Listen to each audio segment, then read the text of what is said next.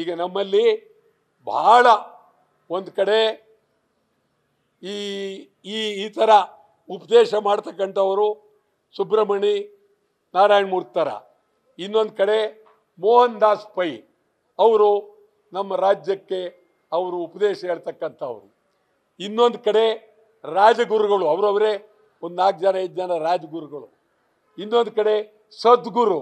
ಆ ಸದ್ಗುರು ಯಾವತ್ತೋ ಯಾರೋ ಹೆಸರಿಟ್ಟವ್ರು ಯಾರು, ಸದ್ಗುರು ಕೊಟ್ಟವ್ರು ಯಾರು?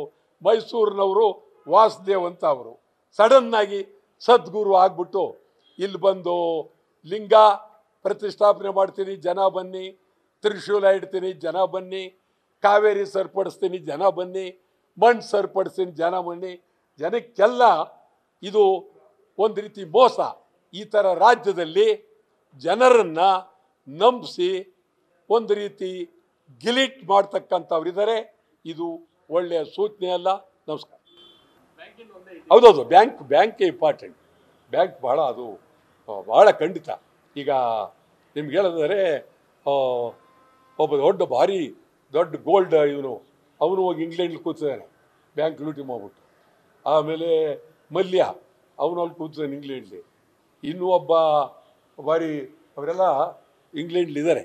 ಅವರು ಮಾಡಿರೋ ದುಡ್ಡು ಇದೆಯಲ್ಲ ಅದು ಏರೋಪ್ಲೇನ್ಲು ಹೊರಕ್ಕಾಗಲ್ಲ, ಲಾರಿಗಳು ಹೊರಕ್ಕಾಗಲ್ಲ, ಹಂಗಿದೆ ಇದು.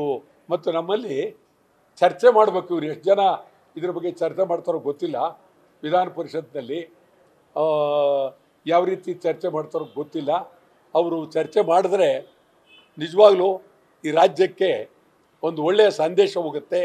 ನಾನು ಮಾನ್ಯ ಸದಸ್ಯರುಗಳಲ್ಲೂ ಭಾಳ ಕಳಕಳಿಯಿಂದ ಮನವಿ ಮಾಡ್ತೀನಿ, ಗಂಭೀರವಾಗಿ ಕುಳಿತು ಅಸೆಂಬ್ಲಿ ಒಳಗೆ ಇದಕ್ಕೆ ಸಲಹೆಗಳು ಕೊಟ್ಟು ಅಂತಿಮವಾಗಿ ನಿರ್ಣಯ ಮಾಡಿ ಪೊಲೀಸ್ ಪಡೆಯನ್ನು ಭದ್ರತೆ ಮಾಡಬೇಕು ಅಂತ ಹೇಳಿ ನಾನು ಕಳಕಳಿಯಿಂದ ಮನವಿ ಮಾಡ್ತಾ ಇದ್ದೀನಿ. ನ್ಯೂಸ್ ಫಸ್ಟ್, ನಿರ್ಭೀತಿಯಿಂದ ನಿಮ್ಮ ಪರವಾಗಿ.